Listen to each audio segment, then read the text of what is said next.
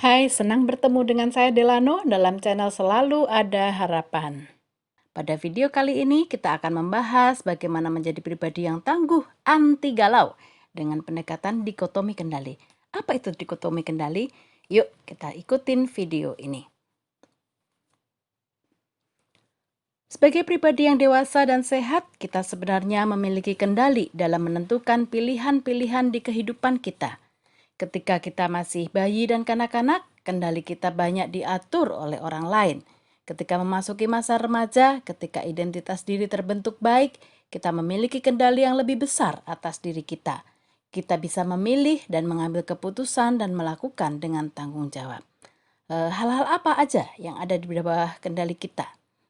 Apa ya? Coba kalian pikirkan. Ya benar. Semua yang berkaitan dengan diri sendiri itu ada di bawah kendali kita. Apa saja itu? Yang pertama, persepsi. Persepsi adalah cara pandang kita melihat diri kita, melihat orang lain, melihat lingkungan, melihat suatu peristiwa. Kemudian yang kedua, perilaku. Kita bisa memilih tindakan-tindakan kita. Mana yang boleh kita lakukan, mana yang tidak kita lakukan. Kemudian kita juga bisa mengendalikan emosi kita. Kita bisa memilih respon-respon emosi kita. Apakah kita tetap tenang ataukah kita menjadi marah. Kemudian tujuan dan motivasi. Kita bisa memilih apa yang akan dilakukan dan mengendalikan dorongan-dorongan untuk mencapai tujuan kita. Nah, itu adalah hal-hal yang ada di bawah kendali kita. Nah, lalu ada hal-hal yang di luar kendali. Apa aja itu? Ya benar. Segala sesuatu di luar diri kita. Yang pertama, hal-hal yang berkaitan dengan orang lain. Entah itu orang tua, saudara, gebetan, pacar, teman, dan lain-lain. Itu hal yang tidak bisa kita kendalikan. Kita tidak bisa mengendalikan respon mereka. Kita tidak bisa mengendalikan persepsinya. Kita tidak bisa mengendalikan pemikirannya, sikapnya, reaksi emosinya. Itu semua di luar kendali kita. Kemudian yang kedua berkaitan dengan hal-hal sekitar kita. Misalnya musibah, pandemi, kondisi ekonomi, itu hal-hal yang tidak bisa kita kendalikan. Yang ketiga, masa depan. Kita tidak tahu apa yang terjadi di depan kita. Meskipun kita bisa mempersiapkan masa depan, tetapi kita tidak tahu apa yang akan terjadi. Kemudian yang keempat yaitu kondisi lahir.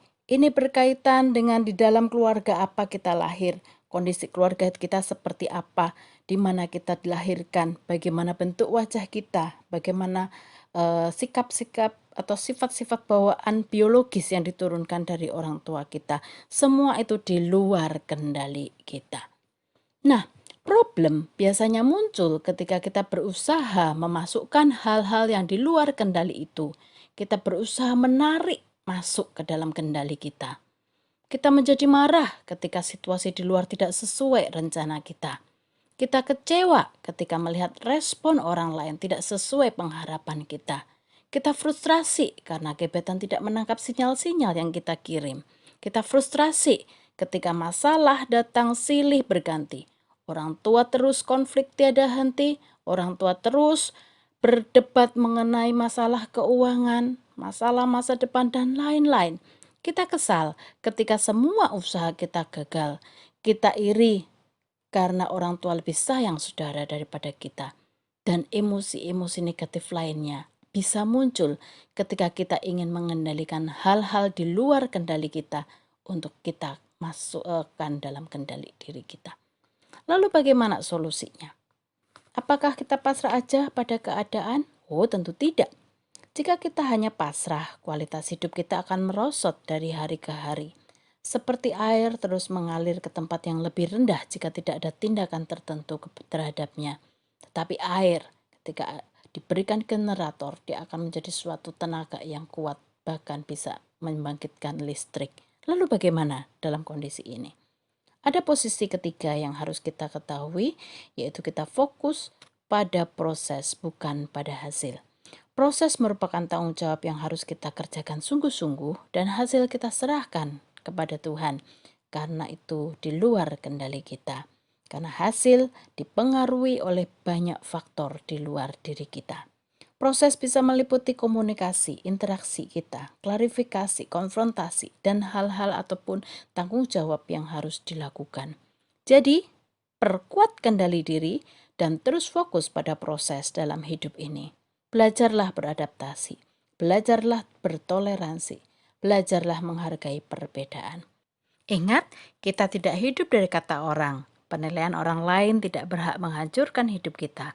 Hati-hati terhadap ketakutan yang memenjarakan pikiran kita. Kita punya kendali, kita punya hak untuk tidak terluka, kita punya hak untuk makin maju.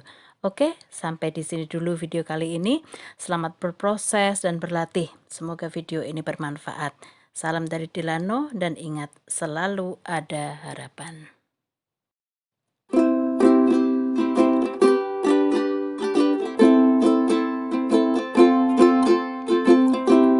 There's a hope in every single thing you do. There's a hope in every single thing I do.